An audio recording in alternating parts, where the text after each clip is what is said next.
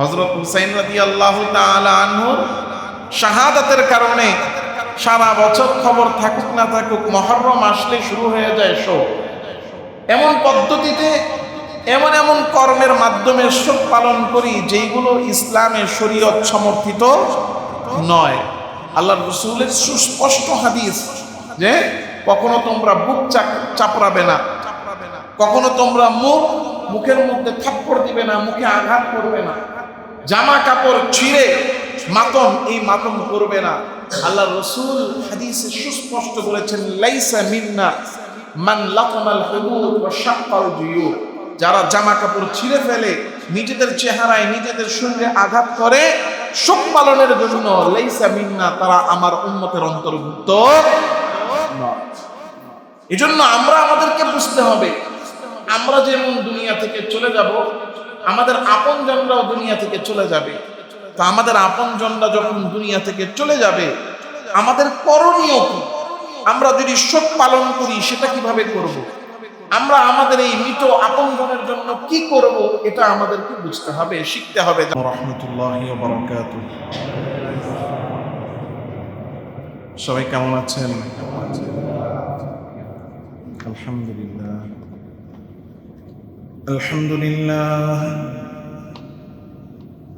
الحمد لله نحمده ونستعينه ونستغفره ونؤمن به ونتوكل عليه ونعوذ بالله من شرور أنفسنا ومن سيئات أعمالنا. من يهد الله فلا مضل له ومن يضلله فلا هادي له. ونشهد أن لا إله إلا الله وحده لا شريك له. ونشهد أن سيدنا وسندنا وحبيبنا وحبيب ربنا وطبيبنا وطبيب قلوبنا ومحبوبنا ومعشوقنا ومولانا محمدا عبده ورسوله، الذي أرسله الله تعالى بالحق بشيرا ونذيرا وداعيا إلى الله بإذنه وسراجا منيرا. أما بعد، فأعوذ بالله من الشيطان الرجيم. بسم الله الرحمن الرحيم. كل من عليها فان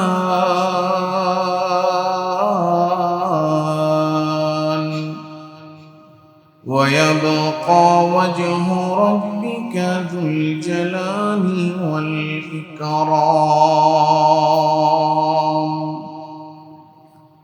اللهم صل على محمد وعلى آل محمد كما صليت على إبراهيم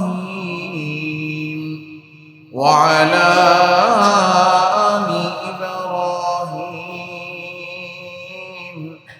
إنك حميد مجيد. اللهم بارك على محمد وعلى آل محمد كما باركت على إبراهيم وعلى آل إبراهيم إنك حميد مجيد. سبحانك لا علم لنا إلا ما علمتنا إنك أنت العليم الحكيم. سبحانك لا علم لنا إلا ما علمتنا علمتنا إنك أنت العليم الحكيم سبحانك لا علم لنا إلا ما علمتنا إنك أنت العليم الحكيم صدق الله مولانا العظيم بارك الله لنا ولكم في القرآن العظيم ونفعنا وإياكم بالآيات والذكر الحكيم সমস্ত প্রশংসা একমাত্র আল্লাহ সুবহানাহু ওয়া তাআলার জন্য, যে মহিয়ান গরিয়ান সর্বশক্তিমান দয়ালু দাতা মেহেরবান রব্বুল আলামিন মাওলাল কারীম আল্লাহ সুবহানাহু ওয়া তাআলা আমাকে আপনাকে আজকের এই পবিত্র জুমার দিন, শুধু আজকের দিনটা জুমার দিন হিসেবে ফজিলতপূর্ণ এমন নয়, বরং আজকের দিনটা হলো মুহররম মাসের 10 তারিখ আশুরার দিন। একই সাথে জুমা এবং আশুরা দুই দিক থেকেই গুরুত্বপূর্ণ, অত্যন্ত ফজিলতপূর্ণ আজকের এই দিন। আল্লাহ আমাকে আপনাকে এই দিনে আল্লাহ তাআলার হুকুম জুমার নামাজ আদায়ের জন্য আল্লাহর ঘর মসজিদে আল্লাহ তাআলার দেওয়া হায়াতের সময় কাজে লাগিয়ে আসা এবং দিনই কিছু কথা বলা ও শোনার জন্য আল্লাহ আমাদেরকে স্থির হয়ে বসার তৌফিক দিয়েছেন। এজন্য প্রত্যেকেই অন্তরের অন্তঃস্থল থেকে আল্লাহ তাআলার দরবারে কৃতজ্ঞ হয়ে কৃতজ্ঞতা আদায় করে কালিমাতুশ শুকর পাঠ করে আওয়াজ করে জোরে সোরে বলি আলহামদুলিল্লাহ। আশুরার দিন বা মুহররমের 10 তারিখ, এই দিনটার ফজিলত, এই দিনটার গুরুত্ব, এই দিনে আমল করা এবং এই দিনে রোজা রাখার যেই তাৎপর্য এবং আল্লাহর পক্ষ থেকে পুরস্কারের ঘোষণা, এই ঘোষণা এসেছে নবীজি জীবিত থাকা অবস্থায়। আল্লাহ রাসূল সাল্লাল্লাহু আলাইহি সাল্লাম থাকতেই নবীজি যেটা বলেছেন সেটা আমাদের জন্য করণীয়, যেটা নিষেধ করেছেন সেটা আমাদের জন্য বর্জনীয়। তো আশুরার দিন রোজা রাখা, এই আদেশ আমাদেরকে নবীজি সাল্লাল্লাহু আলাইহি সাল্লাম করেছেন এবং এই দিনে রোজা রাখার ফজিলত আমাদেরকে নবীজি সাল্লাল্লাহু আলাইহি সাল্লাম বর্ণনা করেছেন। নবীজি সাল্লাল্লাহু আলাইহি সাল্লাম বলেছেন যে আশুরার দিন রোজা রাখলে আমি আশা করি আল্লাহ 1 বছরের গুনাহ মাফ করে দিবেন। তো আশুরার দিনের ফজিলত, আশুরার দিনের গুরুত্ব, আশুরার দিনের তাৎপর্য এগুলো নির্ধারণ হয়ে গেছে নবীজি জীবিত থাকা অবস্থায়, অর্থাৎ যেই সময়টাতে শরীয়ত আমাদের উপরে অবতীর্ণ হয়েছে, আল্লাহর পক্ষ থেকে বিধিবিধান যখন নাজিল হয়েছে, আশুরার দিনের ফজিলত তখনই নির্ধারিত হয়েছে। এরপরেও ইতিহাসের কারণে অনেক সময় মানুষের জীবনের উপরে প্রভাব ফেলে। আল্লাহর রাসূল সাল্লাল্লাহু আলাইহি সাল্লামের ওয়াফাতের প্রায় 50 বছর আগে পরে আল্লাহ কারবালার ময়দানে এক মর্মান্তিক ঐতিহাসিক ঘটনা ঘটেছে। কারবালার ময়দানে আল্লাহর রাসূল সাল্লাল্লাহু আলাইহি সাল্লামের নাতি হযরত হুসাইন রাদিয়াল্লাহু তাআলা আনহু, উনাকে নির্মমভাবে শহীদ করা হয়েছে। এই যে ভয়ানক মর্মান্তিক ঘটনা, আল্লাহর রাসূল সাল্লাল্লাহু আলাইহি সাল্লামের পরিবার আল্লাহর রাসূল সাল্লাল্লাহু আলাইহি সাল্লামের নাতিকে এই তারিখে, এই দিনে, এই মর্মান্তিকভাবে শহীদ করে দেওয়ার জন্য প্রত্যেক ঈমানদারের অন্তরে কিছুটা ব্যথা, কষ্ট এটা অনুভব করা, এটা ঈমানের দাবি। কিন্তু এই দিনকে কেন্দ্র করে অনেক বড় কোনো আয়োজন এবং সুপ্রকাশের বিশাল বড় অনুষ্ঠান, এর কোনো বিধান ইসলামে নেই। আমি আর আপনি আজকের এই দিনে আমরা কিছুটা ব্যথিত হৃদয়ে আল্লাহর রাসূল সাল্লাল্লাহু আলাইহি সাল্লামের নাতির শাহাদাতের কথা স্মরণ যেমন করব, পাশাপাশি এখান থেকে আমাদের একটা বড় শিক্ষণীয় বিষয় আছে, সেটা হলো এই পৃথিবী ক্ষণস্থায়ী, এটা চিরস্থায়ী নয়। পৃথিবী থেকে আমি, আপনি, আমার, আপনার আপনজন সবাইকে দুনিয়া ছেড়ে চলে যেতে হবে। একজন মানুষও, শুধু মানুষ না, পৃথিবীর কোনো বস্তু, কোনো কিছুই এই পৃথিবীতে চিরস্থায়ী এই পৃথিবী চিরস্থায়ী না, পৃথিবী ক্ষণস্থায়ী। কারণ যা কিছু আছে সব ধ্বংস হয়ে যাবে, সব ধ্বংস হবে, বাকি থাকবেন একজন। তিনি কে? আরো জোরে বলেন, আরো জোরে। কুল্লু মান আলাইহা ফান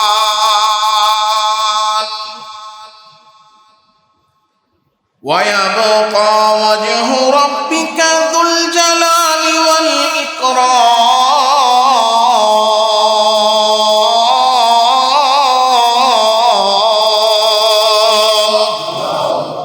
আল্লাহ তাআলা রব্বুল আলামিন বলেন, যারা আছে এই জমিনে প্রত্যেকেই ধ্বংস হয়ে যাবে।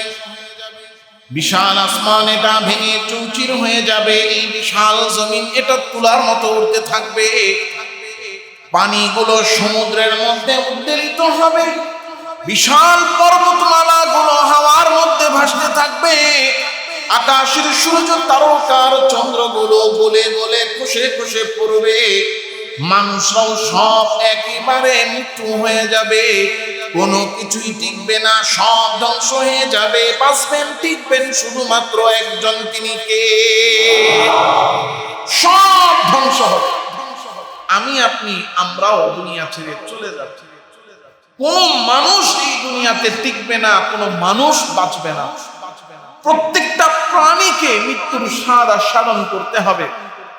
আমি আর আপনি, আমার আপনার জীবনে ঘটে যাওয়া ঘটনা, আমার আপনার আশেপাশের মৃত্যুগুলো শুধু দেখি, কখনো আফসোস করি, আবার কারো কারো মৃত্যুতে খুশি হই, কিন্তু সেই মৃত্যু থেকে আমরা শিক্ষা নিই।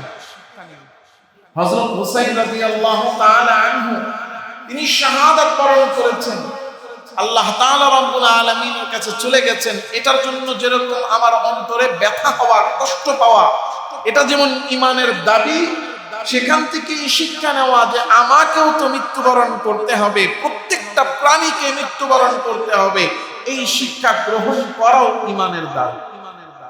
আমি মরব, ঠিক যেমন ভাবে আমি মরব, ঠিক তেমন ভাবে আমার আপনার আপনজনও মারা যাবে, জানতে হবে।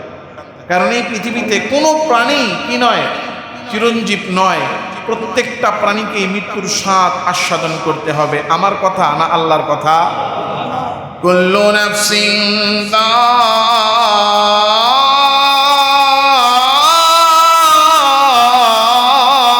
যায়িকাতুল মাউত।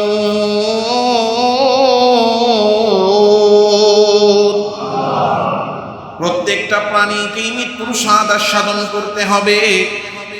মৃত্যুর হাত থেকে কেউ বাঁচতে পারবে না, মৃত্যু থেকে কেউ পালাতে পারবে না। একদিন আমি মারা যাব, আমার বাবা মারা গিয়েছেন, আমার দাদা মৃত্যুর স্বাদ আস্বাদন করেছেন। এভাবে পৃথিবীর আপনজন এবং কি নিজের প্রত্যেকটা মানুষকে মৃত্যুর স্বাদ আস্বাদন করতে হবে। কারণ হায়াতের সাথে সাথে মৃত্যু নির্ধারণ করে রেখেছেন কে? এই জন্য আমি আর আপনি মারা যাব, আমার আপনার আপনজন মারা যাবে। নিজের মৃত্যুর জন্য করণীয় কি? নিজের মৃত্যুর জন্য করণীয়, আল্লাহর রাসূল সাল্লাল্লাহু আলাইহি ওয়াসাল্লামের হাদিস, মুতু ক্বাবলা আন তামুতু। আল্লাহ, তুমি মরার আগে নিজে মরে যাও। হাসিবু ক্বাবলা আন তুহাসাবু, মরার আগে নিজে মরে যাও। মানে কি? আল্লাহর রাসূল হাদিসে বলেছেন, আল কাইয়িসু মান দানা নাফসাহু ওয়া আমিলা লিমা বা'দাল মাউত। যে আমি নিজের মৃত্যুর জন্য করণীয় করব কি? নিজের মৃত্যুর জন্য করণীয় হলো মৃত্যুর পরবর্তী জীবনের প্রস্তুতি নেওয়া।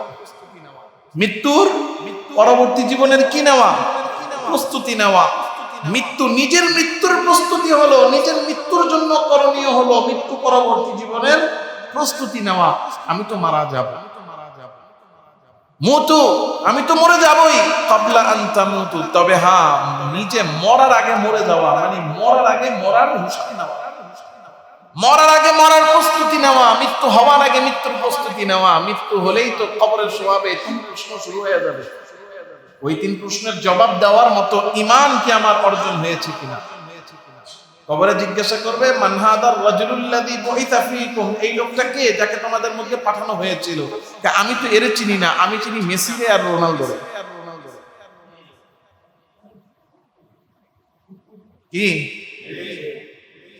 আল্লাহ, জিজ্ঞাসা করবে মা দীনুকা, তোমার ধর্ম কি? আমি বলবো যে আরে ধর্ম আবার কি, আমি তো চিনি আর্জেন্টিনা আর ব্রাজিল। আল্লাহ, এজন্য মুতু ক্বাবলা আন তামুতু, মৃত্যুর আগে মৃত্যুবরণ করো, অর্থাৎ মৃত্যুর আগেই হিসাব করো যে মরার পরের জীবনে কি হবে। ওয়াহাসিবু ক্বাবলা আন তুহাসাবু, তোমার হিসাব নেওয়ার আগে নিজের হিসাব করো। এটা হলো নিজের জন্য, আর আমার আপনজন মৃত্যু হয়। আজকে হযরত হুসাইন রাদিয়াল্লাহু তাআলা আনহুর শাহাদা হয়েছে এই দিনে। এখন যদি আমার করতে মনে চায় কিছু, আমি কি করতে পারি? তার জন্য যদি আমার শোক, কষ্ট, ব্যথা অন্তরের মধ্যে আসে, তো সেটা আমি কিভাবে এই ব্যথাকে লাঘব করব? আমি কি করতে পারি তার জন্য? আজকের এই দিনটা আমাদের সবার জন্য এই দিক থেকে কষ্টের যে আজকের এই দিনে হযরত হুসাইন রাদিয়াল্লাহু তাআলা আনহু শহীদ হয়েছেন। এর বাইরে আমি ব্যক্তিগতভাবে আজকের দিনটা আমার জন্য বিশেষ এই জন্য, কারণ এই মুহররমের 10 তারিখেই আমার আব্বা দুনিয়া ছেড়ে ইন্তেকাল করেছে। আল্লাহ তাআলা রব্বুল আলামিন আমার আব্বার জীবনের সমস্ত গুনাহ মাফ করে দেন। আল্লাহ তাআলা রব্বুল আলামিন ওনার কবরকে জান্নাতের বাগান বানিয়ে দেন। আল্লাহ তাআলা আমার আব্বার নামকে জাহান্নামীদের খাতা থেকে কেটে আল্লাহ তাআলা ওনার নামকে জান্নাতীদের খাতায় লিখে দেন। আল্লাহ, আমার এটা একটা বড় অনুভূতি।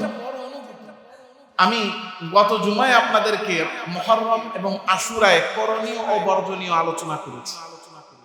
সারা সপ্তাহ আমি ফিকির করেছি যে আমি এই জুমায় কি আলোচনা করব, কি বয়ান করতে পারি।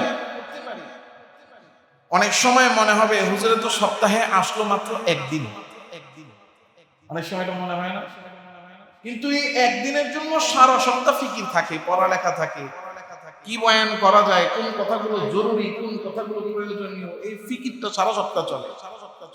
81 দিন প্রস্তুতি, 7 দিন।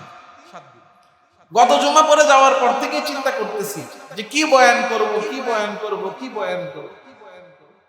হঠাৎ করে মাথার মধ্যে এটা বাড়ি খেলো যে 10 মুহররম আশুরার দিন আমার আব্বা মারা গেলেন। মারা যাওয়ার পরে একটা বড় সমস্যার সম্মুখীন আমি হই। সেটা হলো যে যখন কারো আপনজন মারা যায় তখন তার করণীয়। কেউ আবার মনে মনে বললেন না হুজুর খালি নিজের ব্যক্তিগত ঘটনা শুনাইতেছে। মাঝে মাঝে নিজের জীবনে ঘটে যাওয়া অভিজ্ঞতা বলতে হয় এই জন্য, কারণ আমি যে পরিস্থিতিতে পড়েছি আপনিও তো সেই পরিস্থিতিতেই পড়বেন। হ্যাঁ, যাদের বাবা মারা গিয়েছেন তাদেরকে গিয়ে জিজ্ঞাসা করেন যে আপনার আব্বা যখন মারা যায় তখন আপনার অবস্থাটা কি ছিল। দেখবেন এক একজনের অবস্থা এক এক রকম ছিল। আমার আব্বা যখন মারা যান তখন মূলত মৌলিক সমস্যা হলো যে ওই সময় যখন কারো বাবা মারা যায় সন্তানেরা এবং আপনজনেরা সবাই এতটাই শোকাহত হয়ে পড়েন যে তখন তাদের করণীয় কি এটা তারা বুঝতে পারেন না। যারা জানেন তারাও ভুলে যান, যারা জানেন তারাও ভুলে যান। অনেক বড় একজন আলেম, উনি ওনার বাবার জানাজা পড়াতে যে জানাজা ভুল করে ফেলছেন। সারা জীবন শত শত মানুষের জানাজা পড়িয়েছেন, কিন্তু বাবার জানাজা পড়াইতে চায় জানাজা কি করে ফেলছেন? ভুল করে ফেলছেন। কেন ভুল করছেন? কারণ এতটাই শোকাহত কষ্টে নামাজ যে পড়াবেন এইদিকে তার কি নেই, হুঁশ নেই, বেহুশ হয়ে গেছে। আমার মনে আছে আমার আব্বা যেদিন মারা যান সকাল 10টা 11টার দিকে, 10:30 10টা থেকে 10:30 আমি দেখতেছি আমার ঘরে আমার বড় ভাইয়েরা কেউ মাটির মধ্যে পড়ে রয়েছে, কেউ সোফার মধ্যে অজ্ঞান হয়ে রয়েছে, কেউ এই ঘরে ঢুকতেই পারতেছে না কান্নার কারণে। এক একজনের এক এক অবস্থা। লাশ তো পড়ে আছে খাটের মধ্যে, কারণ শোয়া অবস্থায় মৃত্যুবরণ করছে। কি করতে হবে এই হুঁশ কারো নাই। আল্লাহ, করণীয় কি এই হুঁশ নাই। দেখেন আমার আপনার আপনজন, আমার আপনার কাছের মানুষ, আমার আপনার পরিবার পরিজন, এই পৃথিবীতে আমি নিজেও যেমন থাকবো না আমার আপনজনও থাকবে, কেউ আমরা থাকবো না। আমি জানি না, আমি আপনাদের এখানে খেদমতে আছি, সপ্তাহে 1 দিন 2 দিন আসি, যতদিন থাকবো অনেক এমন মুসল্লি আছেন এখানে হয়তো তাদের জানাজা আমার পড়া লাগবে। আবার এমনও হতে পারে যে আমার জানাজাও আপনাদের পড়া লাগতো। আল্লাহ, এই জন্য আমার আপনার আপনজন তারা দুনিয়া থেকে যাবে তো যাবে, কোনো সন্দেহ নাই, কিন্তু আমাকে একটা জিনিস খেয়াল রাখতে হবে, আমার আপনজনের মৃত্যুটা যেন উত্তম মৃত্যু হয়, কল্যাণকর মৃত্যু হয়, সুন্দর মৃত্যু হয়, নেককারের মৃত্যু। কারণ আল্লাহর রাসূল সাল্লাল্লাহু আলাইহি ওয়াসাল্লাম হাদিসের মধ্যে বলেছেন, ইন্নামাল আমালু বিল খাওয়াতিন, প্রত্যেক কাজের ফলাফল নির্ধারণ হয় সেই কাজের শেষ কেমন হলো সেটার উপর। একজন মানুষ সারা জীবন, আমি এটা বোঝানোর আগে আমল দিয়ে বুঝাই, একজন ব্যক্তি আসছেন মসজিদে, এসে খুব সুন্দর করে উজু করে পরিপাটি করে হাত মুখ মুছে সুন্দর করে নামাজে দাঁড়াইছেন, 2 রাকাত নামাজ পড়বেন। প্রথম রাকাতে সূরা বাকারা পড়ে ফেলছেন, দ্বিতীয় রাকাতে সূরা আলে ইমরান পড়ে ফেলছেন। 2 রাকাত নামাজ মোটামুটি সে 3 ঘন্টা 4 ঘন্টা লাগায়া প্রায় 4 পারা 5 পারা পড়ে ফেলছেন। রুকু সেজদা লম্বা লম্বা দিয়ে শেষ মুহূর্তে সেজদায় শেষ মুহূর্তে সালাম ফিরানোর কিছুক্ষণ আগে উনি ওযু ছুটে গেছে, অথবা হেসে দিছেন, অথবা এমন ক্লান্ত হয়েছেন যে তিনি দৌড় আর নামাজ পড়বো না, অনেকখানি পড়ছি, সালাম ফিরাইলেই কি না ফিরাইলেই কি, উনি বৈঠক থেকে উঠে চলে গেছে। বলেন তো, এই যে এত সময় লাগে এত সুন্দর করে তিনি কি করলেন, সব করে এসে শেষ সময়ে সালাম ফিরানোর আগে নামাজ সম্পূর্ণ না করে অল্প একটু বাকি রেখে উঠে গেলেন, নাকি নামাজের নাকি পাবেন? আরেকজন ব্যক্তি দৌড়ে আসছে কোন রকম তাড়াহুড়া করে, ওযুখানে ঢুইকা কোন রকম ওযুটা করছে, ওযুটা কইরা আয়েশা দৌড়ে আয়েশা মসজিদে ঢুইকা আল্লাহু আকবার বলে 2 রাকাত নামাজ দাঁড়াইছে, নিয়ত করে প্রথম রাকাতে পড়ছে সূরা ইন্না আতাইনা, দ্বিতীয় রাকাতে পড়ছে সূরা কুল হুয়াল্লাহু আহাদ ইখলাস, কইরা সুন্দর মতো নামাজ 2 রাকাত সেজদা দিয়ে 3 মিনিট 4 মিনিটের মধ্যেই নামাজ শেষ করে আসসালামু আলাইকুম বলে সালাম দিয়ে নামাজ শেষ। বলেন তো, ওই নামাজের নাকি পাবে কি পাবে না? প্রথমজন সব লম্বা সুন্দর বেশি বেশি করেছে, কিন্তু তার শেষ ভালো না, এই জন্য তার পুরো কাজ পুরো আমল বাতিল। আরেকজন শুরু থেকেই একেবারে কোন রকম একেবারে কোন রকম, কিন্তু শেষটা করেছেন সুন্দরভাবে, অর্থাৎ পরিপূর্ণভাবে শেষ করতে পেরেছেন, তার নামাজ পরিপূর্ণ। একজন ব্যক্তি জীবনে গুনাহ করেছেন অনেক ভালো, একজন ব্যক্তি ভালো কাজ করেছেন, অনেক ভালো কাজ করেছেন, সারা জীবন ভালো কাজের শেষ নাই, কিন্তু মরার আগে শিরক করে বেঈমান হয়ে মারা গেছেন, তার সারা জীবনের ভালো কাজ কোন কাজ লাভে আসবে?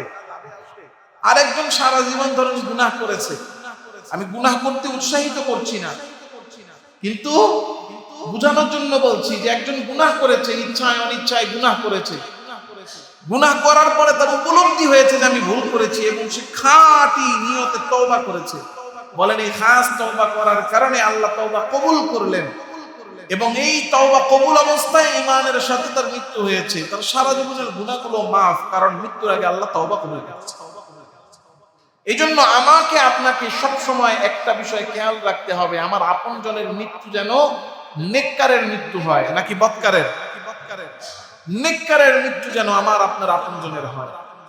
এই জন্য আমাদের কিছু করণীয় আছে। 1 নাম্বার করণীয়, আপনজন যখন মৃত্যু সজ্জায় শায়িত থাকে, তখন আমাদের 1 নাম্বার করণীয় হলো তাকে কালেমার তালকিন দিতে থাকা, তাকে কালেমা পড়ার জন্য কি করা, উৎসাহ দিতে থাকা। আল্লাহর রাসূল সাল্লাল্লাহু আলাইহি ওয়াসাল্লাম হাদিসে বলেন, عن أبي هريرة رضي الله عنه عن النبي صلى الله عليه وسلم قال لقنوا موتاكم لا إله إلا الله।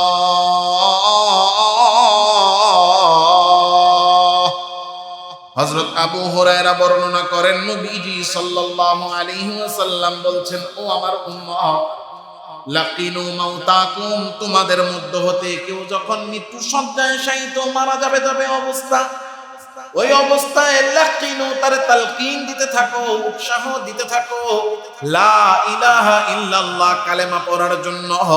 কালেমা পড়ার তালকিন মৃত্যু সজ্জায় শায়িত ব্যক্তিকে দাও, আল্লাহর রাসূল শিক্ষা দিলেন। এখন কথা হলো কেমনে তালকিন দিব? আমি আর আপনি না বুঝে অনেক সময় বলতে পারি পড়েন কালেমা, পড়েন কালেমা, পড়েন কালেমা, কালেমা বলো, কালেমা বলো। কিন্তু না না, এইটা পদ্ধতি না। বরং নিয়ম হলো তার কানের সামনে যে মৃদু স্বরে পড়তে থাকা লা ইলাহা ইল্লাল্লাহ, লা ইলাহা ইল্লাল্লাহ, লা ইলাহা ইল্লাল্লাহ, লা ইলাহা ইল্লাল্লাহ, লা ইলাহা ইল্লাল্লাহ, লা ইলাহা ইল্লাল্লাহ। এইভাবে কানের সামনে যায় আস্তে আস্তে পড়তে থাকা, এইটা হলো কালিমার তালকিন দেওয়ার সঠিক নিয়ম। আপনি কি তারে বলতে থাকবেন এই কালেমা পড়ো, কালেমা পড়ো, কালেমা পড়ো, কালেমা পড়ো, এই পড়েন লা ইলাহা ইল্লাল্লাহ, পড়েন লা ইলাহা ইল্লাল্লাহ। এটা নিষেধ, এইভাবে না। বরং তার কানের সামনে যায় শুধু মৃদু স্বরে বলতে থাকবেন, তাকে শোনাবেন শুধু লা ইলাহা ইল্লাল্লাহ, লা ইলাহা ইল্লাল্লাহ, লা ইলাহা ইল্লাল্লাহ। তার কানের সামনে মৃদু আওয়াজে এমন ভাবে বলতে থাকতে হবে যাতে করে সে এটা শুনতে পায়। আর ইমানদার যদি হয়, যখন সেই কালেমা কানে শুনবে অটোমেটিক এটা তার জবানে আল্লাহ জারি করে দিবেন। কিন্তু তারে বারবার বলতে থাকা এই আপনি পড়েন, আপনি পড়েন, আপনি পড়েন, আপনি পড়েন, আপনি পড়েন, না না, এই পড়েন পড়েন বলা যাবে না। কারণ একবার যদি আল্লাহ না করুক, দেখা গেল অনেক সময় আমরা অনেক কাজ করি। খাবেন, বলেন না। যাবেন, না। কিছু কইবেন, না। এই যে ওই সময় নায়ের উপরে থাকে, দেখা গেল আপনি বলেন পড়েন, সে বলে ফেললো না। পড়েন লা ইলাহা ইল্লাল্লাহ, সে বলল না। কি হবে?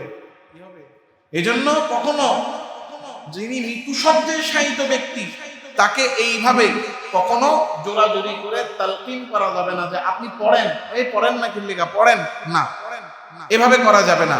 বরং তার কানের সামনে মৃদু আওয়াজে বলতে থাকতে হবে লা ইলাহা ইল্লাল্লাহ, লা ইলাহা ইল্লাল্লাহ, লা ইলাহা ইল্লাল্লাহ।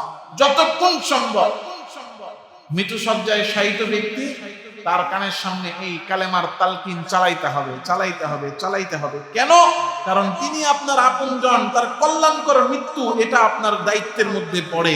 আর কল্যাণকর মৃত্যুর মধ্যে সবচেয়ে কল্যাণকর মৃত্যু হলো ওই মৃত্যু যেই মৃত্যুটা কালেমা পড়তে পড়তে হয়। কারণ আল্লাহর রাসূল সাল্লাল্লাহু আলাইহি সাল্লাম হাদিসে বলেন, আবু দাউদ শরীফ 3118 নম্বর হাদিস, عن معاذ بن جبل قال رسول الله صلى الله عليه وسلم من كان آخر كلامه لا إله إلا الله دخل الجنة। মুআয ইবনে জাবাল বলেন, নবীজি ইরশাদ করেছেন, যে ব্যক্তির জবানের সর্বশেষ কথা হবে লা ইলাহা ইল্লাল্লাহ, যার শেষ কথা লা ইলাহা ইল্লাল্লাহ, সে ব্যক্তি আল্লাহর জান্নাতে প্রবেশ করবে। এর মানে কালেমা পড়তে পড়তে যার মৃত্যু, হাসতে হাসতে সে জান্নাত। সুবহানাল্লাহ। এজন্য আমার আপনার সবচেয়ে গুরুত্বপূর্ণ 1 নাম্বার দায়িত্ব হলো মৃত্যুসজ্জায় শায়িত ব্যক্তির কানের সামনে কালেমার তালকিন দিতে থাকা, কালেমার তালকিন দিতে থাকে। 2 নাম্বার, মৃত্যুসজ্জায় শায়িত ব্যক্তির পাশে সূরা ইয়াসিন তিলাওয়াত করা। সূরা ইয়াসিন কি করা? তিলাওয়াত করা। এখন তিলাওয়াত করবে দূরের কথা, কোরআন শরীফ পড়তেই পারে না। কথা বলেন না? কোরআন তিলাওয়াত করবে দূরের কথা, তিলাওয়াত করতেই পারে না।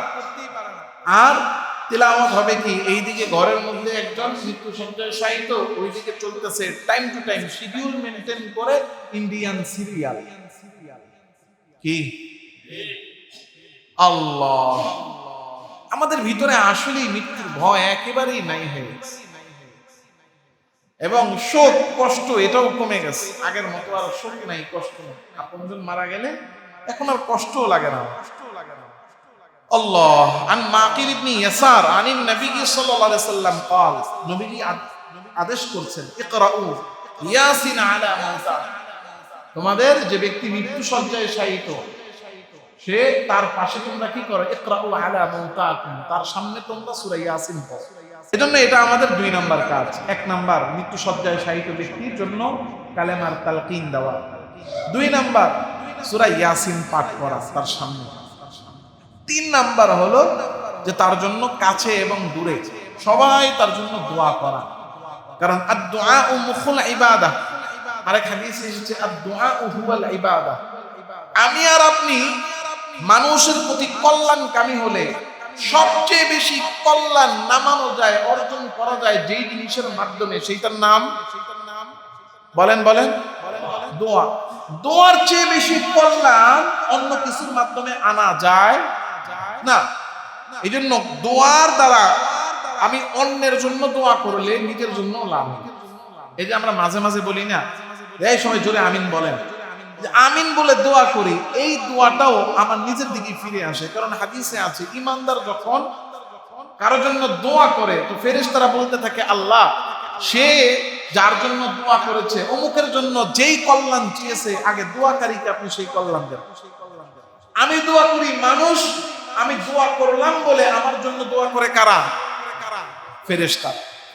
এই জন্য দোয়া করা, আল্লাহ যেন তার মৃত্যুকে সহজ করে, তার জীবনের গুনাহ যেন মাফ করে। দেখেন এরপরে মৃত্যু তো চলেই আসবে, মৃত্যুকে তো আর আটকানো যাবে না। মৃত্যু হওয়ার পরে, এটা হলো মৃত্যু হওয়ার আগ পর্যন্ত মৃত্যু সজ্জায় শায়িত ব্যক্তির জন্য 3 কাজ। কয় কাজ? 3 কাজ। যখন মৃত্যু হয়েই যাবে তখন আমাদের করণীয় কি?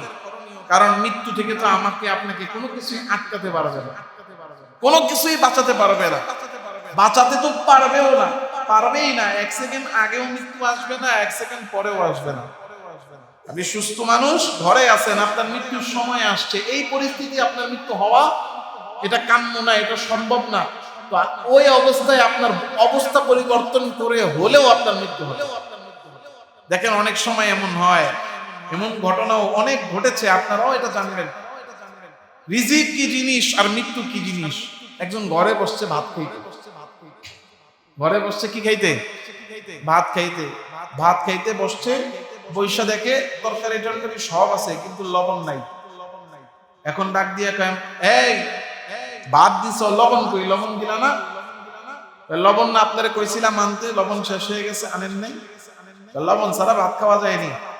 আচ্ছা এই বেলা খান। আরে না, লবণ ছাড়া ভাত খাওয়া যায় না, তুমি গামছাটা দাও।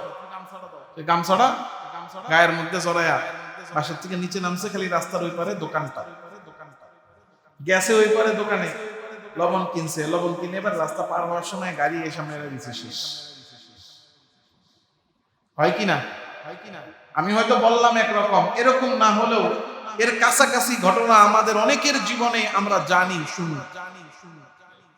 আল্লাহ, হায়াত যখন শেষ হবে, ইদা জাআ আজালুহুম ফালা ইস্তাখিরুনা সাআহ ওয়ালা ইস্তাকদিমুন। আজরাইল 1 সেকেন্ড আগেও আসবে না, 1 সেকেন্ড পরেও আসবে না। আমাদের প্রত্যেককে আমাদের নিজেদের চূড়ান্ত বাসস্থানে যেতে হবে।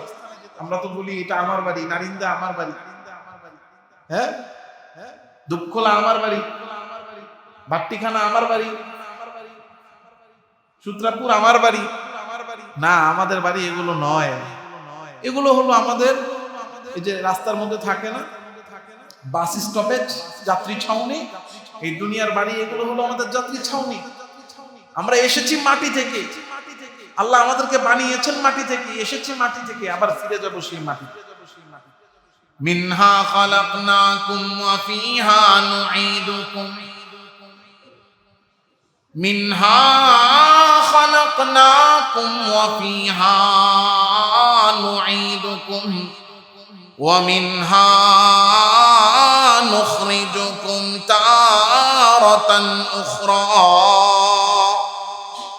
এই মাটি থেকে আল্লাহ আমাদেরকে সৃষ্টি করেছেন, এই মাটিতেই আমাদেরকে পুনরায় যেতে হবে, আবার এই মাটি থেকেই আমাকে আপনাকে পুনরুজ্জীবিত করে আল্লাহর সামনে দাঁড়াতে হবে।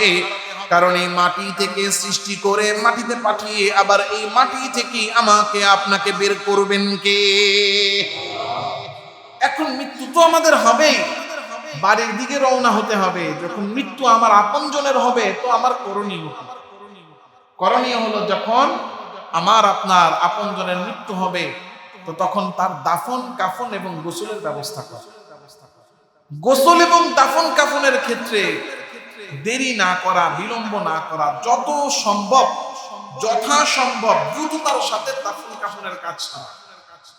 আমাদের সমাজে এটা অনেক সময় হয়, মারা গেছে 3 ঘন্টা 4 ঘন্টা হয়ে গেছে, গোসলেরই খবর নেই, হয় কিনা? কিন্তু না, মানুষ যখন মৃত্যু হয় যত দ্রুত সম্ভব তার গোসলের কাজ শেষ করতে হবে, তাকে কাফন পরাতে হবে এবং দাফনের কাজ শেষ করতে হবে। কারণ আল্লাহ রাসূল সাল্লাল্লাহু আলাইহি ওয়াসাল্লাম হাদিসের মধ্যে বলেছেন 3 কাজে কখনো দেরি করবে না। বলেন কয় কাজে? 3 কাজে কখনো দেরি করবে না। আল্লাহর রাসূল হযরত আলী ইবনে আবি তালেব, হযরত আলী রাদিয়াল্লাহু আনহু বলতেছেন, নবীজি সাল্লাল্লাহু আলাইহি ওয়াসাল্লাম আমাকে বলেন, ইয়া আলী, হে আলী, হ্যাঁ, সালাসুন লা তুআখিরুহা, 3 কাজে কখনো দেরি করবে না।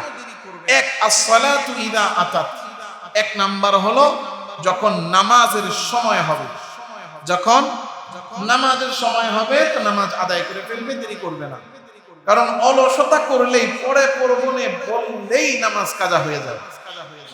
এজন্য নামাজের সময় হবে সাথে সাথে কি করবে? নামাজ পড়ে ফেলবে। ওয়াল জানাজাতু ইযা হাদারাত, জানাজা যখন হাজির হয়ে যায় তখন দেরি করবে না। অর্থাৎ মৃত্যু হয়ে গেছে, দ্রুত করে তার কাফন এবং জানাজা এবং দাফনের কাজ সম্পন্ন করবে, দেরি করবে না। আর 3 নাম্বার, ওয়াল আইনু ওয়াজাদাত লাহা কুফআন, যখন কিনা উপযুক্ত মানে প্রাপ্তবয়স্ক কন্যার জন্য যখন উপযুক্ত পাত্র পাওয়া যাবে তখন দেরি করবে। আল্লাহ রাসূলের শিক্ষা, উপযুক্ত পাত্র পেলে কন্যাদেরকে বিবাহ দিতে দেরি করবে না। আর আমরা বলি কি, আমার মেয়ে আরো পড়বে, আমার মেয়ে আরো পড়বে, আমার মেয়ে আরো পড়বে। আমি পড়ার বিরোধিতা করতেছি, আমার কথার মেসেজটা, মূল মেসেজটা নিতে হবে, ভুল মেসেজ না। আমার কথার কি নিতে হবে? মূল মেসেজ। ভুল মেসেজ নেওয়া যাবে না। কারণ এই কথাটা যদি বলি এটার থেকে একটা অর্থ বের করবে হুজুররা মেয়েদের পড়ালেখার বিরুদ্ধে। মেয়েদের পড়ালেখার বিরুদ্ধে না, মেয়েদের শিক্ষার বিরুদ্ধে না। আল্লাহর রাসূলের হাদিস হলো যে কন্যাদেরকে, শুধু কন্যা না, উপযুক্ত মেয়ে ছেলে যাই হোক, তাদেরকে প্রাপ্তবয়স্ক হওয়ার পরে যত দ্রুত সম্ভব বিবাহ দেওয়া। কারণ বিবাহের দ্বারা মানুষের ঈমানের পরিপূর্ণতা হয়, বিবাহের দ্বারা রিজিকের বরকত হয়, বিবাহের দ্বারা মানুষের জীবনে গুনাহের পরিমাণ কমে যায়। যুবকদের যত গুনাহ আছে, যুবতীদের যত গুনাহ আছে, সেই গুনাহের অধিকাংশ গুনাহ তো বিবাহ না করার কারণে। ছেলে মেয়ে একসাথে ঘুরতেছে, এই গুনাহ কিসের কারণে? বিবাহ না হওয়ার কারণে। যাই হোক, আমি ওইদিকে না যাই। আল্লাহর রাসূল 3 জিনিসের কথা বলেছেন। 1 নাম্বার, নামাজকে দেরি না করা, সময় মতো পড়া। 2 নাম্বার, দাফন কাফন এবং জানাজা ইত্যাদিতে দেরি না করা। 3 নাম্বার হলো উপযুক্ত ছেলে বা মেয়ের বিবাহে দেরি না করা, হওয়ার সময় হওয়ার সাথে সাথে করে দেওয়া। কারণ কি? আল্লাহর রাসূল বলেন যে তোমরা দ্রুত জানাজা করে দাফন কাফন করাও। কেন করাবে? কারণ সে কি কল্যাণের দিকে যাচ্ছে না অকল্যাণের দিকে যাচ্ছে আমরা তো কেউ জানি না। জানি? যদি কল্যাণের দিকে হয়ে থাকে তাহলে তাকে কল্যাণ, তোমরা দেরি, যত দেরি করবা সে কল্যাণ পেতে তত দেরি হবে। আর যদি তার মধ্যে অকল্যাণ থাকে তাহলে এই অকল্যাণের বোঝা তোমরা কাঁধের উপরে কেন রাখবে? হযরত আবু হুরায়রা থেকে বর্ণিত, عن أبي هريرة رضي الله عنه عن النبي صلى الله عليه وسلم قال أسرعوا بالجنازة فإن تكن صالحة فخير تقدمونها إليه وإن يك سوى ذلك فشر تضعونه عن رقابكم। আল্লাহর রাসূল বলতেছেন, আসরিউ বিল জানাজা, কেউ মৃত্যুবরণ করলে দ্রুত জানাজা পড়ে কাফন দাফন করায়া দাও। কারণ তোমরা জানো না সে কল্যাণকর কিনা। যদি সে কল্যাণকর মানে নেককার হয়ে থাকে তাইলে তার জন্য জান্নাত অপেক্ষা করতেছে। তো এই যে ব্যক্তি নেককার, সে জান্নাতে ঢুকবে, তুমি কেন তারে দেরি কইরা জান্নাতে ঢুকাইবা? তাড়াতাড়ি করে দাফন কাফন শেষ করো যাতে তাড়াতাড়ি সে জান্নাতে ঢুকে যেতে পারে। আর যদি সে নেককার না হয়ে নেককারের বিপরীত হয়, যদি সে জাহান্নামী হয়, তাইলে এমন জাহান্নামীরে নিজেদের কাঁধে কেন রাখবা?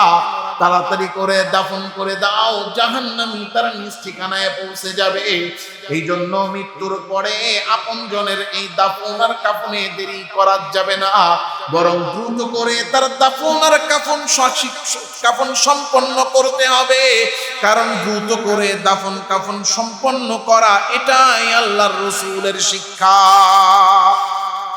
এই জন্য আপনজনের মৃত্যু হওয়ার সাথে সাথে তার গোসল, কাফন এবং যত দ্রুত সম্ভব জানাজা এবং দাফনের কাজ সম্পন্ন করতে হবে। কিন্তু আমরা তো এটা করি না, আমরা দেরি করি। জানাজা 3টা লাগাই, হ্যাঁ, একটা ঢাকায়, একটা দেশে, আবার আরেক জায়গায়। এইভাবে ইচ্ছাকৃত অকারণে বিলম্ব করতে থাকে। কিন্তু না, আপনি যত বিলম্ব করবেন এই মাইয়েত মৃত ব্যক্তির তত বেশি কষ্ট হবে। একেবারে একান্ত কোনো জরুরি প্রয়োজন ছাড়া কোনো জানাজা, কোনো দাফন দেরি করা উচিত নয়। এটা ইসলামে সমর্থিত নয়, ইসলামের শিক্ষা নয়। যত দ্রুত সম্ভব দাফন কাফন করে দাও। আল্লাহ, তাহলে আমাদের 1 নাম্বার কাজ, যিনি মৃত্যু ব্যক্তি মৃত্যু হবেন, সাথে সাথে তার দাফন কাফনের কাজ করে দেওয়া। দ্বিতীয়, যখন আমরা কারো মৃত্যুর সংবাদ শুনতে পাবো, যখন কারো মৃত্যুর সংবাদ শুনবো, তখন তার জানাজায় শরীক হওয়ার চেষ্টা করব। কারণ আল্লাহর রাসূল সাল্লাল্লাহু আলাইহি সাল্লাম হাদিসের মধ্যে বলেছেন যে মুসলমানের উপরে মুসলমানের 5টা হক আছে। হাক্কুল মুসলিমি আলাল মুসলিমি খামসুন। অন্য কোন হাদিসে 6টার কথা বলা আছে। মুসলমানের উপরে মুসলমানের 5টা হক আছে। বলেন কয়টা হক? 5টা হক আছে। আরেক হাদিসে 6টার কথা এসেছে। মুসলমানের উপরে মুসলমানের 5টা হক। এর মধ্যে 1 নাম্বার হলো মুসলমানের সালামের জবাব দিবে। রাদ্দুস সালাম, সালাম দিলে সালামের জবাব দেওয়া, এটা হক। কিন্তু আমাদের সমাজে আমরা অনেকেই আছি, সালাম দিলে সালামের জবাব আমাদের মুখ দিয়ে বের হয় না। দেখছেন, এই কথাটা করার পরে অনেকে হাসি দিয়ে কয় হয়, সালাম দিলে সালামের জবাব দেয় না, এমন লোক আমাদের সমাজে অনেক কম। বেশি আল্লাহ মাফ করুন। সালাম দিলে সালামের জবাব দেওয়া এটা মুসলমানের হক। দেখেন তাইলে বুঝা গেল, এক তো হলো সালামের জবাব দেওয়া, এটা ওয়াজিব। 2 নাম্বার হলো সালামের জবাব দেওয়া মুসলমানের হক। তো আমাকে কেউ সালাম দিল, আমি সালামের জবাব দিলাম না, আমার গুনাহ হবে 3টা। কয়টা? 1 নাম্বার ওয়াজিব তরফের গুনাহ। 1 নাম্বার বলে না, 1 নাম্বার ওয়াজিব তরকের গুনাহ। সালামের জবাব দেওয়া ওয়াজিব, জবাব দেই মানে ওয়াজিব তরক করছি। 2 নাম্বার মুসলমানের হক ছিল, হক নষ্ট করলাম। 3 নাম্বার, যদি কোনো কারণ ছাড়া বিনা ওজরে সালামের জবাব না দেই, সালামের জবাব মানুষ না দেওয়ার পেছনে বড় একটা কারণ হলো অহংকার। কি অহংকার? ও গরিব, ও ছোট লোক, হ্যাঁ আমি ওর চেয়ে অনেক বড় লোক, ও মূর্খ, ও আমি হচ্ছে অনেক শিক্ষিত, ও ভাড়াটিয়া, আমি বাড়িওয়ালা, হ্যাঁ ওরা চিনি না, আমি স্থানীয়। এই যে এরকম মনোভাবের কারণে মানুষ অনেক সময় সালাম দেয় না, অহংকারের কারণে। এই সালাম যদি কেউ জবাব না দেয়, অটোমেটিক তার 3টা গুনাহ হয়ে যায়। ওয়াজিব তরকের গুনাহ, হক নষ্ট করার গুনাহ, আর কারো ক্ষেত্রে অহংকারের গুনাহ। এজন্য সালামের জবাব দেওয়া। 2 নাম্বার ইয়াদাতুল মারিদ। আপনি যখন শুনবেন আপনার কোনো মুসলমান ভাই অসুস্থ, তো তাকে গিয়ে দেখে আসা, রোগী দেখতে যাওয়া, এটা মুসলমানের হক। হ্যাঁ, আমাদের সেক্রেটারি সাহেব আল্লাহ সুস্থ রাখুক, দোয়া করি, নেক হায়াত দান করুন, সুস্থতার জীবন দান করেন, বলেন আমিন। অসুস্থ হয়েছে, আমি শুনছি, আমার জন্য করণীয় হলো কি, গিয়ে সম্ভব হলে সাক্ষাৎ করা। এখন তো একজন আরেকজনের বাসায় যাওয়াটা কঠিন হয়ে গেছে। যদি সাক্ষাৎ করতে নাও পারি, অন্তত একটু ফোন দিয়া খবর নেওয়া। যদি ফোন দিয়া খবর নিতে নাও পারি, একটু খোঁজ খবর নেওয়া। আমার সেক্রেটারি সাহেব কিন্তু অনেক খোঁজ খবর নিচ্ছে। আমি রমজান মাসে অসুস্থ ছিলাম, ইমাম সাহেব হুজুর আমারে বলছে, হুজুর প্রতিদিন 2বার 3বার করে সেক্রেটারি সাহেব এসে খবর নিচ্ছে যে হুজুরের কি অবস্থা, সুস্থ আছে, অসুস্থ, কি অবস্থা, খবর নিচ্ছে। মাশাআল্লাহ, হক আদায় করছে, আল্লাহ কবুল করেন। প্রশংসা করার জন্য, ওনাকে ফুলানোর জন্য না, এটা আমাদের উৎসাহের জন্য। ভালো কাজকে অনেক সময় বলতে হয় কেন, যাতে আমরা বুঝতে পারি যে কাজটা ভালো, এটা আমারও করা উচিত।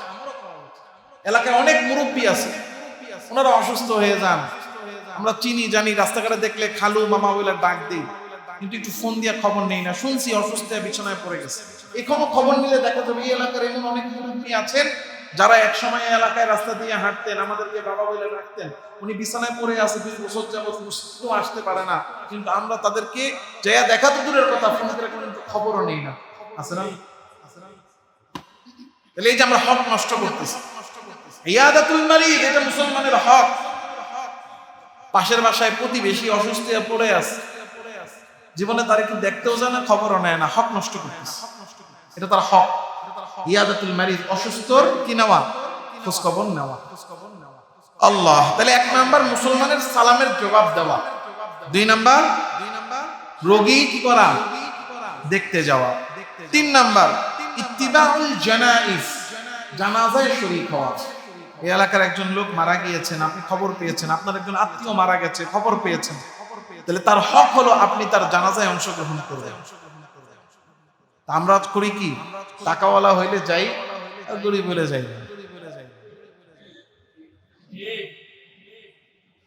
আল্লাহ, আমার কথাই কি আবার মাঝে মাঝে রাগ করেন না? আমি যা বাস্তবে দেখি সমাজে, আমি সেটাই বলে ফেলি।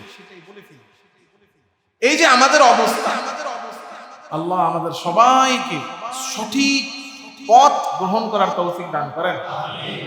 ইত্তিবাউল জানাইজ, এটা মুসলমানের হক, সে গরিব হোক ধনী হোক। কোন মুসলমানের মৃত্যুর সংবাদ পেয়েছেন, আপনার পক্ষে যদি সম্ভব হয় অবশ্যই আপনি চেষ্টা করবেন জানাজায় কি করতে, অংশগ্রহণ করার জন্য। দেখেন, জানাজায় কোনো ব্যক্তি যদি অংশগ্রহণ করে, তো এটা হলো কয় নাম্বার, 2 নাম্বার। 1 নাম্বার হলো দ্রুত দাফন কাফন করা, 2 নাম্বার হলো কি করা, জানাজায় অংশগ্রহণ করা, 3 নাম্বার জানাজার পরে যদি সম্ভব হয় দাফনে, কবরে যে দিয়ে আসে কবরস্থানে, ওখানে পর্যন্ত কি করা, অংশগ্রহণ করা যদি সম্ভব হয়। কারণ কি, কারণ কারো দাফনে অংশগ্রহণ করা এটা বিশাল নেকির কাজ। আল্লাহ রাসূল সাল্লাল্লাহু আলাইহি ওয়াসাল্লাম হাদিসে বলতেছেন, قال رسول الله صلى الله عليه وسلم من شهد الجنازة حتى يصلي عليها فله قيراط ومن شهد حتى تدفن كان له قيراطان। আল্লাহ রাসূল বলেন, কেউ যখন কারো মৃত্যুর খবর পেল, খবর পাওয়ার পরে সে জানাজায় শরীক হলো এবং জানাজায় যে জানাজার নামাজ আদায় করলো, নবী বলেন তার জন্য 1 কিরাত, বলেন 1 কিরাত। আর জানাজার পরে সে হাত্তা তুদফানা, দাফন হওয়া পর্যন্ত অংশগ্রহণ করলো, ফালাহু কিরাতানে, যে দাফনেও অংশগ্রহণ করলো তার জন্য 2 কিরাত। এখন প্রশ্ন আসছে না, কিরাত কি? সাহাবীদের মধ্যেও একজন জিজ্ঞাসা করতেছে, ইয়া রাসূলুল্লাহ, কিরাত কাকে বলে, কিরাত কি জিনিস? আল্লাহ রাসূল বলতেছেন, আল কিরাতু, আল্লাহ রাসূল সাল্লাল্লাহু আলাইহি ওয়াসাল্লাম বলেন, মিসলুল জাবালাইনিল আযীমাইন, একটা কিরাত হলো 2টা বিশাল পাহাড়ের সমান। এখন যারা উমরায় গিয়েছেন, হজে গিয়েছেন, উহুদ পাহাড়টা ছোট না বড়? এখন আমি শুধু বোঝানোর জন্য বলছি যে কেউ যদি কারো জানাজায় অংশগ্রহণ করে, তাহলে 1 কিরাত মানে 2টা উহুদ পাহাড় সম পরিমাণ নেকি আল্লাহ দান করেন। আর যদি জানাজার পরে দাফনেও অংশগ্রহণ করে, তাহলে আল্লাহ রাসূল বলেছেন আল্লাহ তাকে 2 কিরাত দিবেন, মানে উহুদ পাহাড়ের সমান 4টা পাহাড় পরিমাণ নেকি আল্লাহ তাকে দান করবেন। এজন্য সম্ভব হলে দাফনেও কি করা, অংশগ্রহণ করা। এখানে একটা গুরুত্বপূর্ণ বিষয় আমি আপনাদেরকে বলি, কবরস্থানে আমাদের কম বেশি সবারই যাওয়া হয়। আমি আমার কবরস্থানে যতবার গিয়েছি আমার একটা অভিজ্ঞতা, এই অভিজ্ঞতা হলো কবরস্থানে যে আমরা অধিকাংশ সময় খুশ গল্পে ব্যস্ত হয়ে যাই। ধরেন একজন আত্মীয় মারা গেছে, মামু মারা গেছে, মামা, তো দেখা গেছে এখন আত্মীয় স্বজন সবাই আসছে। এমনও আত্মীয় আছে 3 বছর ধরে তার সাথে দেখা হয় না, 5 বছর যাবত দেখা হয় না, অনেক আছে এরকম 15 বছর 20 বছর পরে তার সাথে সাক্ষাৎ হচ্ছে। ওই যে আমি আপনাদেরকে 2 জুমা আগেও বলেছিলাম, আমার এক চাচাতো বোন মারা গিয়েছে, তো তার মৃত্যুতে, তার জানাজায় যাওয়ার পরে গিয়ে এমনও মানুষের সাথে সাক্ষাৎ হয়েছে যে তারা আমাদের গ্রামের আত্মীয়, কিন্তু আমার সাথে তাদের জীবনও দেখা হয়নি। তো এটা যেটা হয় যে যখন কিনা একজন আত্মীয়র সাথে অনেকদিন পর দেখা হয়, তো জানাজার সময় তো জানাজাই পড়ে, লাশ নেওয়ার সময় তো নিয়েই যায়, কবরস্থানে যাওয়ার পরে ফ্রি সময় পাওয়া যায়। কারণ কবরস্থানে লাশটা নেওয়ার পরেই দেখা যায় যে এখনো কবর খোঁড়া সম্পন্ন হয় নাই, আরো 10 মিনিট লাগবে। 10 মিনিট কবর খুঁড়তেছে, তো খুঁড়ে তো লোকেরা, আমরা যারা আছি আমরা তো কোনো কাজ নেই। আবার মাটি যখন দিচ্ছে তখন আমাদের কোনো কাজ নাই। তো তখন কি করে, দুইজনে সুখ দুঃখের আলাপ, ব্যবসার আলাপ, দুনিয়াবি আলাপ আলোচনা করতেই থাকে। আমি ওই দিনও যেদিন গিয়েছিলাম কবরস্থানে, এশার নামাজ আমরা সাধনা মসজিদে জানাজা পড়ছি, এরপরে জুলাইন কবরস্থানে গিয়ে দেখি এক একজন এক এক জায়গায় আড্ডা দিতেছে, গল্প করতেছে। পরে আমি সবাইকে ডাক দিলাম, এই সবাই একটু আসেন শুনে। ওই সময় আমাদের করণীয় কি? আল্লাহর রাসূল সাল্লাল্লাহু আলাইহি সাল্লাম হাদিসে বলেন, হযরত উসমান ইবনে আফফান রাদিয়াল্লাহু তাআলা আনহু থেকে বর্ণিত, কানান নবী সাল্লাল্লাহু আলাইহি সাল্লাম ইদা ফারাগা মিন দাফনিল মাইয়িত ওয়াকাফা আলাইহি। নবীজি সাল্লাল্লাহু আলাইহি সাল্লাম একদিন একজন মুসলমানের, একজন সাহাবীর জানাজায় কি হয়েছেন? শরীক হয়েছেন। জানাজার পরে তিনি দাফনেও শরীক হয়েছেন। দাফন শেষে আল্লাহর রাসূল সবাইকে ডেকে বলতেছেন, এই তোমরা এদিকে আসো। আসার পরে বলতেছেন যে ইস্তাগফিরু লি আখিকুম, তোমরা সবাই তোমাদের এই ভাইয়ের জন্য আল্লাহর কাছে ইস্তেগফার করো, ক্ষমা চাও। কেন? ওয়াসালু লাহু তাসবিত, এবং তার জন্য ঈমানের উপর অটলতা, অবিচলতা আল্লাহর কাছে চাইতে থাকো। ফা ইন্নাহুল আনা ইউসআল, কেননা এখন তাকে প্রশ্ন করা শুরু হবে। জন্য জানাজার পরে আমরা যখন কবরস্থানে যাই, আচ্ছা বলেন তো, আমি আর আপনি যখন আপনার মৃত্যু হবে, আমি আর আপনি, আপনাকে কবরে শোয়ানো হবে, আর উপরে মনে করেন মানুষগুলো খোশ গল্প, একজন আরেকজনের সাথে সুখ দুঃখের আলাপ করতে থাকবে, এটা কি আমার পছন্দ হবে? এটা কি আমরা চাইতে পারি? আমরা চাইবো কি সবাই যেন আমার জন্য দোয়া করতে থাকে, আল্লাহর কাছে ক্ষমা চাইতে থাকে। তো দেখা গেছে এমন আত্মীয় আছে যে সারা জীবনে 10 বছর যাবত দেখা নাই, মৃত্যুর সংবাদ পাইছি, জানাজা পড়ছি, চলে আসলাম, আবার সারা জীবন তার কি হবে না, কোনো দোয়াও করবো না, তার কথা মনেও করবে না। অতটুকু সময় কবরস্থানে, ওই সময়টুকু আমরা তার জন্য দোয়া করতে পারি না? ওইটুকু সময় তো আমাদের তার জন্য দোয়ায় ব্যস্ত থাকা উচিত। হ্যাঁ, অতটুকু সময় আমরা দোয়া করব। আর আল্লাহর রাসূলের এই হাদিস অনুযায়ী বোঝা যায় যখন মানুষকে দাফন সম্পন্ন করা হয়, এরপরে আপনি আপনার বাবা মা আত্মীয় স্বজন যাকেই আপনি কবরে শোয়াইলেন, এই কথাটা গুরুত্ব দিয়ে শুনেন। আল্লাহর রাসূল কি বলছেন? ইস্তাগফিরু ফা ইন্নাহুল আনা ইউসআল। আমরা দোয়া করি কখন? শোয়া মাটিটা দিয়া হুজুরে একটু দোয়া করে বাস চলে আসে, এতটুকু যথেষ্ট না। বরং নবীজির শিক্ষা হলো আপনি আরো কিছু সময়, আরো দীর্ঘ সময় পর্যন্ত তার জন্য সেখানে দোয়া করতে থাকেন। কতক্ষণ পর্যন্ত? যে আপনার মনে হবে যে সওয়াল জবাবে যতটুকু সময় প্রয়োজন। আমি বুঝাতে পারছি কিনা আমি জানি না। কবরে শোয়ানোর পরে, কবর দেওয়ার পরে, এরপরে তো তার সওয়াল জবাব শুরু হয়। আল্লাহ রাসূল বলেছেন ওই সময়টা তার জন্য ইস্তেগফার, দোয়া করতে থাকো। কেন? কারণ আল্লাহ যেন তার প্রশ্নটা, সওয়াল জবাবটা যেন সহজ করে দেয়। তাইলে আপনি কি করবেন? জানাজা, দাফন এবং কাফন সব করার পরে যেটা হয়, মাটিটা দেওয়ার পরে আমরা কি করি? সবাই চলে আসি। কিন্তু সাথে সাথে চলে আসা এটা নিয়ম না। নিয়ম হলো সবাই চলে গেল, আপনি আপনজন, আপনার বাবা, আপনার মা, আপনার আপনজন, তো আপনি কিছু সময় পর্যন্ত ওখানে থাকেন এবং তার জন্য দোয়া ইস্তেগফার করতে থাকেন। এই আমলটা কিন্তু আমাদের সমাজে প্রচলিত নাই। এই আমলটা আমরা কেউ করি না।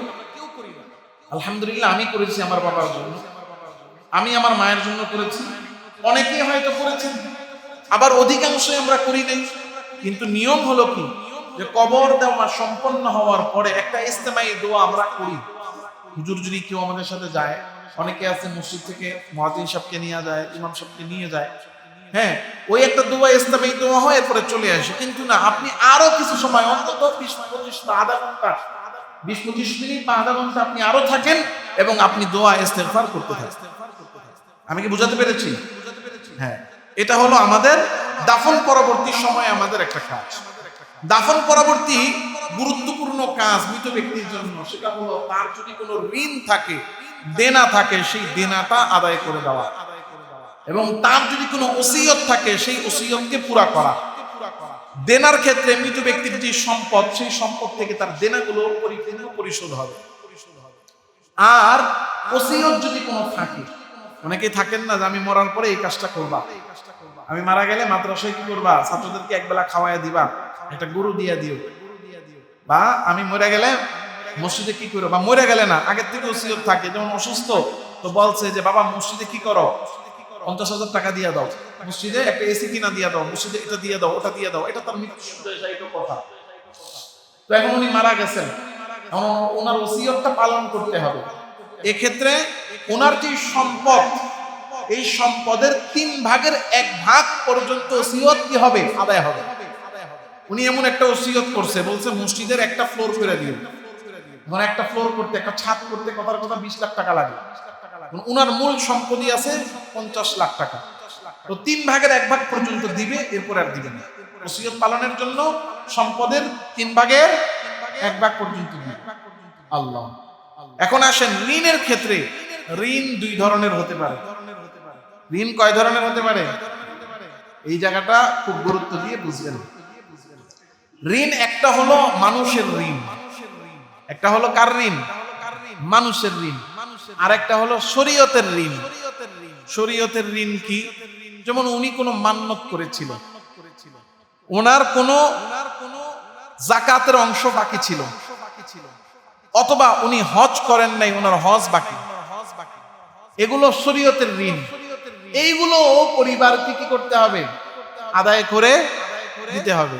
অনেকেই আছেন সারা বছর ব্যাপী কি করেন, যাকাত দেন, তো ওনার যাকাতের হিসাব লেখা থাকে যে আমার 1 লক্ষ টাকা যাকাত, 30,000 দিয়েছি, 70,000 বাকি আছে। তো যদি এটা পরিবারের জানা থাকে, তো ওনারা কি করবেন, এটা দিয়ে দিবেন ওনার সম্পদ থেকে। এটা শরীয়তের ঋণ, এটা তো ওনার উপরে ফরজ। উনি মান্নত করেছিলেন যে আমি একটা ছাগল সাদকা করে দিব, আমি এইভাবে এটা দান করব, এটা তো আল্লাহ তাআলার সাথে ওনার আগে থেকে মান্নত করা, এটা আদায় করে দেওয়া। এবং সবচেয়ে বেশি যেটা হয় সেটা হলো হজ। সবচেয়ে বেশি কি হয়, হজ। হজ যদি অনাদায় থাকে তো এটা তার উপরে ফরজ। এই হজ আদায় করে না থাকলে তার সম্পদ থেকে তার পরিবার পরিজন তার হজটা আদায় করায় নিবে, বদলি হজ করায় নিবে, এই আদায় করে দিতে হবে। একজন সাহাবী হজ আদায় না করে ইন্তেকাল করলেন, তার উপর হজ ফরজ ছিল।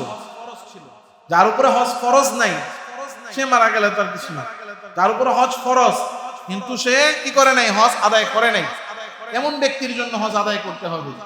ওই সাহাবীর উপর হজ ফরজ ছিল, তিনি হজ করেন নাই। তো আল্লাহর রাসূল সাল্লাল্লাহু আলাইহি ওয়াসাল্লামের কাছে তার ছেলে এসে বলল, ইয়া রাসূলুল্লাহ, আমার বাবার উপর তো হজ ফরজ ছিল, কিন্তু তিনি হজ না করেই ইন্তেকাল করেছেন, আমি কি করব? আল্লাহ রাসূল সাল্লাল্লাহু আলাইহি ওয়াসাল্লাম বললেন, আরাআইতা লাউ কানা আলা আবিকা দাইনান আকুনতা কাদিয়াহু, তোমার বাবার উপর যদি কোনো ঋণ থাকতো তাহলে কি তুমি সেই ঋণটা পরিশোধ করতে না?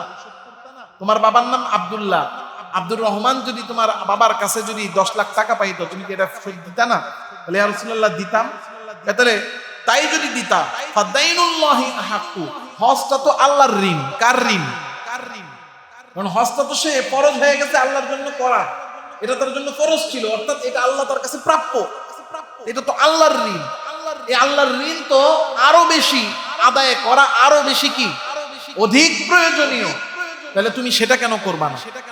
সুতরাং তুমি কি করবে, আল্লাহর রাসূল সাল্লাল্লাহু আলাইহি ওয়াসাল্লাম বলে দিলেন তুমি তোমার বাবার এই যে ফরজ হজ যেটা আদায় করে নাই সেটা আদায় করে দিও। এরপরে আরেকটা বিষয় হলো, অনেক সময় আছে যারা নামাজি মানুষ, মাশাআল্লাহ নামাজ ছাড়েন না।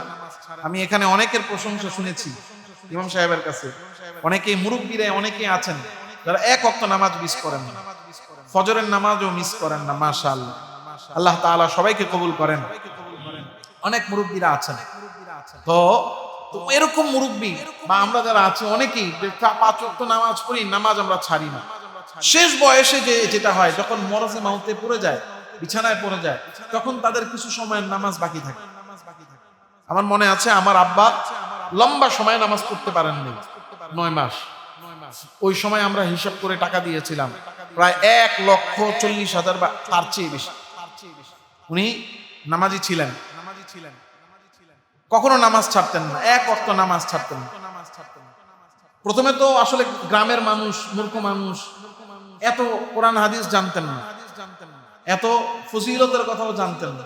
তো ওই সময় আব্বা বসে বসে নামাজ পড়তে হতো, ফ্লোরে বসে নামাজ পড়তেন, কখনো চেয়ারে বসে নামাজ পড়েন না। তো হঠাৎ করে তিনি মসজিদে বয়ানে শুনলেন যে 40 দিন লাগাতার যদি কেউ তাকবীর উলান্নার সাথে নামাজ পড়ে আল্লাহ তাকে কয়টা পুরস্কার দিবেন? এই বয়ান আরেকদিন করবো। 2টা পুরস্কার আছে। কয়টা পুরস্কার? 2টা পুরস্কার। হ্যাঁ, এই ফজিলতের কথা শুনে আব্বা তখন অসুস্থ অবস্থায় মসজিদে যাওয়া শুরু করলেন।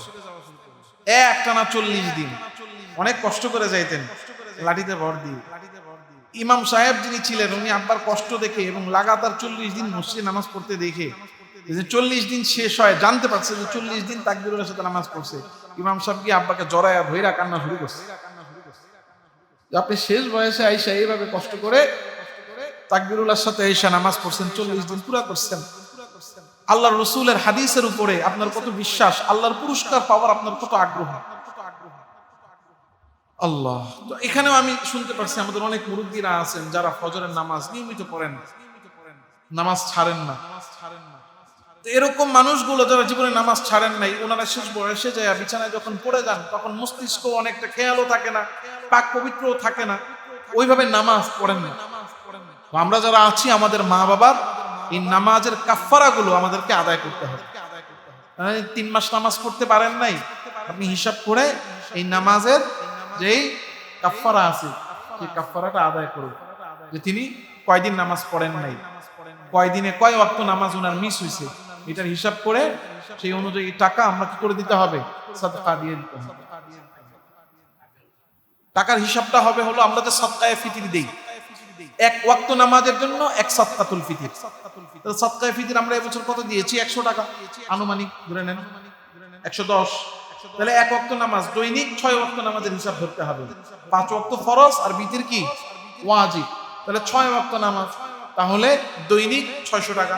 110 করে যদি হয় তাহলে 660 টাকা, তাহলে একদিনে 660। এখন উনি যদি 10 দিন মিস করে থাকে 6600, 20 দিন মিস করে থাকলে এটা ডবল হবে। এইভাবে দৈনিক 660 করে যে কয়দিন নামাজ পড়তে পারে নাই বা যে কয় ওয়াক্ত, ওয়াক্তের হিসাব করবেন আপনি। ওয়াক্তের হিসাব করে যত ওয়াক্ত হয় তত ওয়াক্তের টাকাটা কি দিয়ে দিবেন? কাফারা আদায় করে দিবেন। এটা আমাদের দায়িত্ব। যদি আমরা কেউ না করে থাকি, আমরা অনেক কিছুই জানি না। আসলে দোষ আমাদের, প্রথমত আমরা দিন শিখি নাই। আমরা যারা আছি আমাদের মা বাবার একটু ভুল আছে, তারা আমাদেরকে পরিপূর্ণ দিন শিখায় নাই। আবার আমরা যখন বড় হয়েছি আমরা পরিপূর্ণ শিখতে পারি নাই, এটা হলো দ্বিতীয় দোষ। 3 নম্বর দোষ হলো আমাদের, আমাদের মানে এখানে যে বসে থাকেন ইমাম খতিব তাদের, কারণ তারা এই গুরুত্বপূর্ণ বিষয়গুলো বলে না। এখানে হয়তো এমনও মানুষ অনেকে থাকতে পারেন যারা এই বয়ানগুলো জীবনে শুনেনি, প্রথম শুনতেছে। এই জন্য আমাদেরকে এগুলো জানতে হবে, আমল করতে হবে। আমার বাবা মারা গিয়েছেন, আমার মা মারা গিয়েছেন, কিন্তু তার জন্য কি করতে হবে আমি এটাই জানি না। তার জন্য কিভাবে কোন আমল করলে তার জন্য ফায়দা হবে, লাভ হবে, আমি এটাই জানি না। অথচ মায়ের জন্য কেঁদে বুক ভাসায় দিচ্ছি, বাবার জন্য কেঁদে বুক ভাসায় দিচ্ছি। এজন্য এগুলো হলো আমাদের মৃত্যুর আগে এবং মৃত্যু পরবর্তী সময়ে আমাদের যে কাজগুলো ইনস্ট্যান্ট করা লাগে, এগুলো হলো এইসব। এই আলোচনাগুলো আজকে আমরা করলাম।